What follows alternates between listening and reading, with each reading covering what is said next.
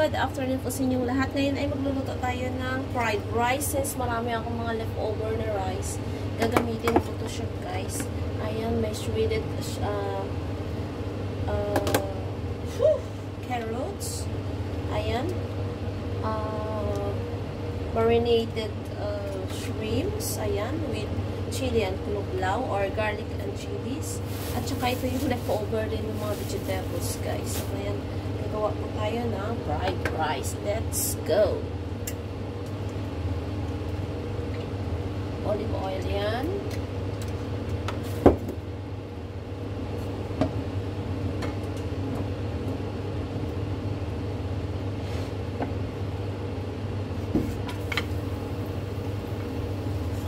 So, unahin ko muna, guys, ang shrimp.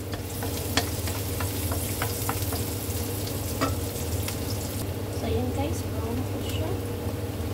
Nilagay na natin yung shrimp.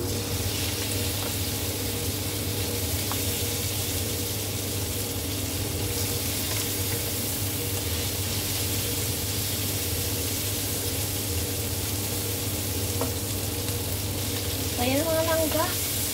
Hindi na natin yung sa sit aside.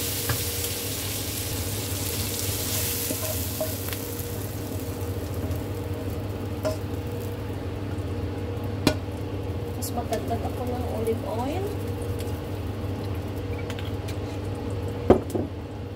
At ilagay na rin yung natirang onions and garlic.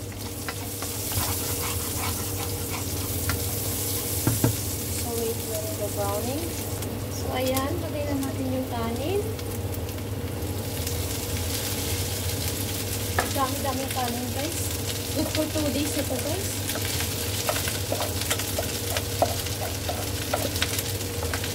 Kailangan ko siya gagawin lahat.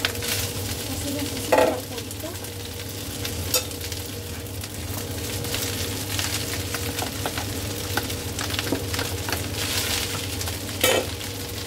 Ito na rin, ilagay na rin natin.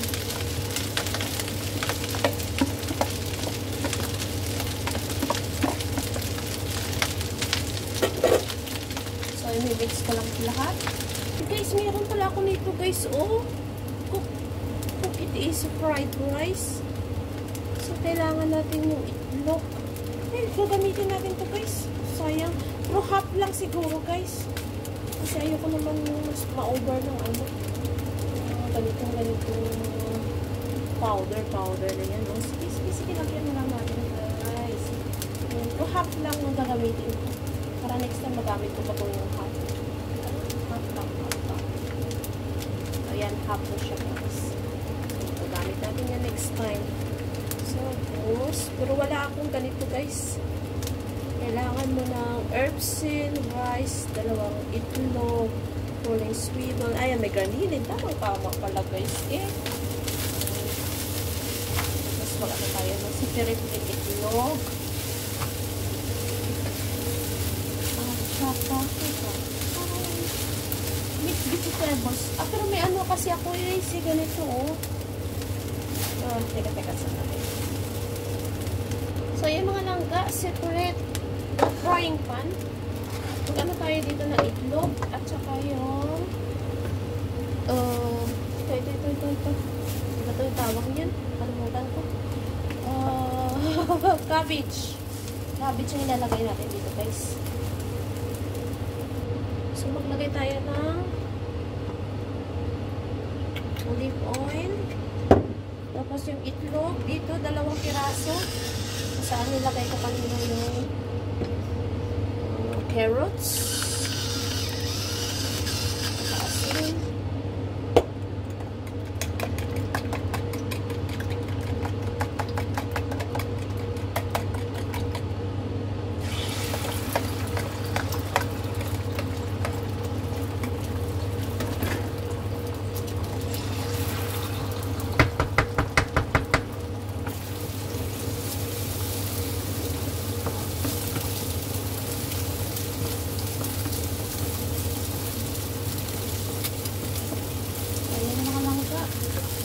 Lagay natin dito sa fried rice natin.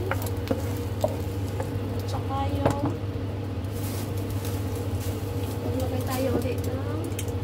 olive oil.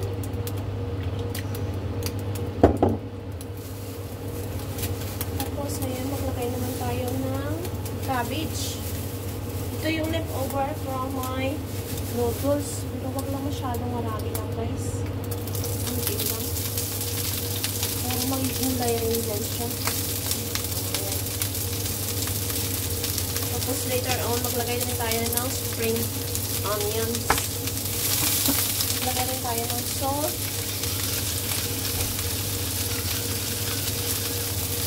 At sa kung paminta. Pag malapit na yung naluto, i-mix na natin sa rice. So, yung mga langka, i-mix na natin sa rice.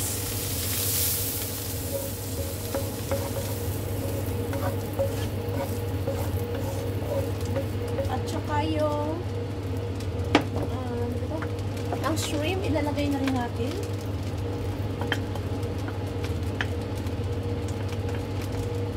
Tapos, ilimplahin na natin. Ilas natin yung paglagay ng spring onion.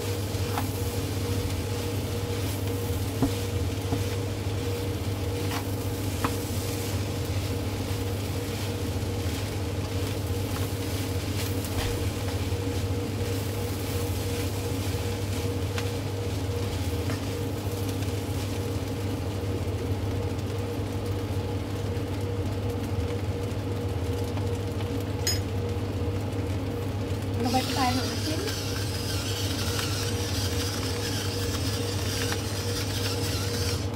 Tsaka paminta.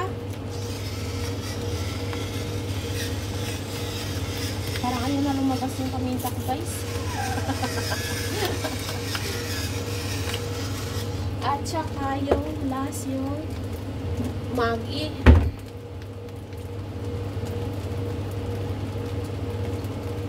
So, I think it's, ano na yan, yummy na yan. Ito, mag-ano pa muna ako ng spring onion.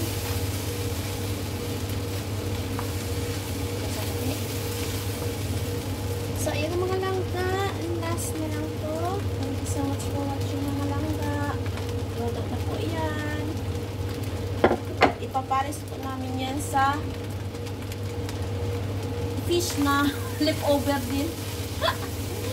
Hinihinuhit ko lang. So, ayan ang mga langga. Thank you so much.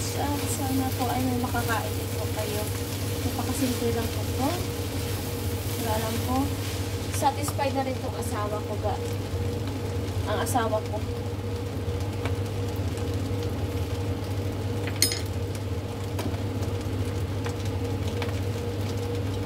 Pakiramdam ko kulang pa sa asin, guys. Pero okay na rin yan.